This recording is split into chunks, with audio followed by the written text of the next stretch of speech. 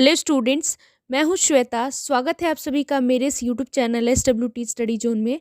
Listeners, आज की इस वीडियो में हम बीकॉम फर्स्ट सेमेस्टर का ही सब्जेक्ट बिजनेस ऑर्गेनाइजेशन के कुछ और टॉपिक्स के बारे में डिस्कशन करेंगे जो कि यूनिट 3 से रिलेटेड है। तो मैं आज इसमें आपको व्यावसायिक संयोजन यानी कि बिजनेस कॉम्बिनेशन के टाइप्स के बारे में बात करने वाली हूँ, यानी कि संयोजनों के प्रकार के बारे में बात करने वाली हूँ कि कितने तरीके के होते हैं। तो लिसनर्स, बिना टाइम को वेस्ट किए हुए आइए चलिए स्टार्ट कर देते हैं। लिसनर्स, अगर आप इस चैनल पे न्यू हो तो आप लाइक शेयर एंड सब्सक्राइब कर दीजिएगा और आइए अब आगे बढ़ते हैं।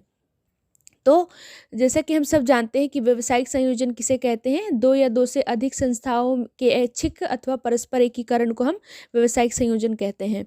तो इसके कुछ जैसे टाइप्स के बारे में बता रहे थे हम, जैसे कि तो 5 भागों में इसको बांटा गया है। तो पहला, जैसा कि आप लिसनर्स स्क्रीन पर देख सकते हैं, पहला है क्षैतिज या समतल संयोजन। इसको इंग्लिश में कहते हैं हॉरिजॉन्टल कॉम्बिनेशन। इसका क्या मतलब होता है? तो इसका मतलब ये होता है लिसनर्स कि जब एक ही प्रकार का काम करने वाली दो या दो से अधिक व्यापारिक या फिर इंडस्ट्रियल यूनिट मिल जाती हैं, तो इसी मिलन को हम क्षैतिज या समतल संयोजन कहते हैं। इसको हम अनुप्रस्थ अथवा व्यापारिक संयोजन भी कहते हैं, हॉरिजॉन्टल कॉम्बिनेशन को। तो आई होप आपको ये पहला टाइप समझ में आ गया होगा। जैसे कि एक एग्जांपल दूं मैं, जैसे कि मान लीजिए कि सीमेंट कंपनी है, अलग अलग तरीके की, यानी कि सीमेंट कंपनी कोई अ है, कोई ब है, कोई स है, कोई द है, कोई य है।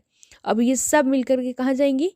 बाजार में। यानी कि जब एक ही प्रकार का काम करने वाली दो या दो से अधिक व्यापारिक अथवा औद्योगिक इकाइयाँ, यानी कि जब सारी की सारी क्या कर रही हैं, सीमेंट कंपनियां ही, मतलब सीमेंट ही बनाने काम कर रही हैं, तो सब मिल जाती हैं, तो इसी मिलन को हम क्षैतिज या समतल संयोजन कहते हैं, जैसा कि आप स्क्रीन पर देख रहे हैं।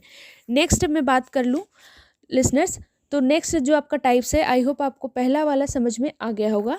नेक्स्ट आपका जो टाइप्स है वो है शीघ्र अथवा उदग्र अथवा लंबवत संयोजन, यानी कि इसको इंग्लिश में बोलते हैं वर्टिकल कॉम्बिनेशन। अब इसका क्या मतलब होता है? तो इसका मतलब होता है लिसनर्स कि जब एक दूसरे का पूरक कार्य करने वाली दो या फिर उससे अधिक इकाइयाँ आपस में मिल जाती हैं, जिससे कि क्या होता है, समस्त अथवा एक से अधिक इकाइयों का एकीकरण हो जाता है, तो उसी को हम शीघ्र उदग्र अथवा लंबवत संयोजन कहते हैं। जैसे कि मान लीजिए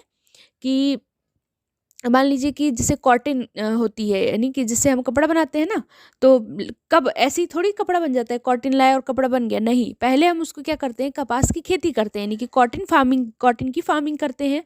फिर क्या करते हैं, कपास की ओटाई करते हैं, यानी कि कॉटन गिनिंग करते हैं। फिर क्या करते हैं, सूत कताई करते हैं, यानी कि कॉटन की स्पिनिंग करते हैं। फिर उसके बाद उसकी बुनाई होती है, यानी कि जो कपड़ा होता है, कपड़े की बुनाई होती है, यानी कॉटन वेविंग होता है।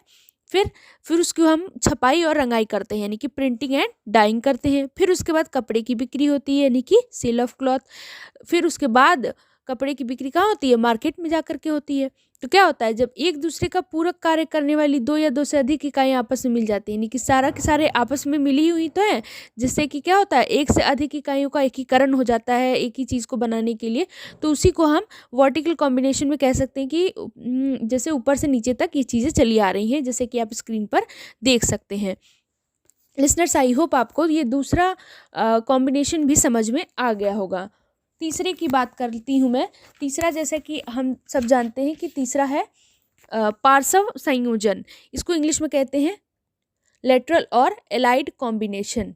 इसका क्या मतलब होता है? तो जब ऐसी अलग अलग वस्तुएं जिनका कि आपस में किसी न किसी रूप में कोई संबंध हो का अगर हम प्रोडक्शन करते हैं या निर्माण करते हैं, जो भी करने वाली इकाइयाँ होती हैं आपस में सहयोग स्थापित करती हैं, तो उसी को हम पार्श्व संयोजन कहते हैं। यानी कि जैसे मान लीजिए कि प्रिंटिंग प्रेस, जैसे कि हम कह सकते हैं कि इसका अगर एग्जांपल लें हम, तो प्रिंटिंग प्रेस जैसे है, तो उसमें किस चीज़ों की ज़रूरत पड़ती है? कागज़ की, स्याही की, टाइप की, कार्डबोर्ड की, तब जाके वो प्रिंटिंग प्रेस बनता है।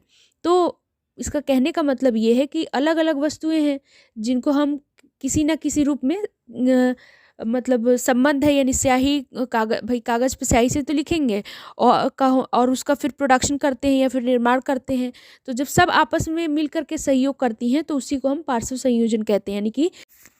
यानी कि कहने का मतलब इतना सा है कि जब हम कुछ चीज़ों को मिला करके कोई एक चीज़ का निर्माण करते हैं तो उसी को हम पार्श्व संयोजन कहते हैं, यानी लेटरल और एलाइड कॉम्बिनेशन। जैसे कागज़ और स्याही और टाइप और कार्डबोर्ड की मदद से हमने प्रिंटिंग प्रेस बना दिया, तो ये सारी चीज़ें इसमें आती हैं, तो इसको हम केंद्रीय पार्श्व संयोजन कहते हैं।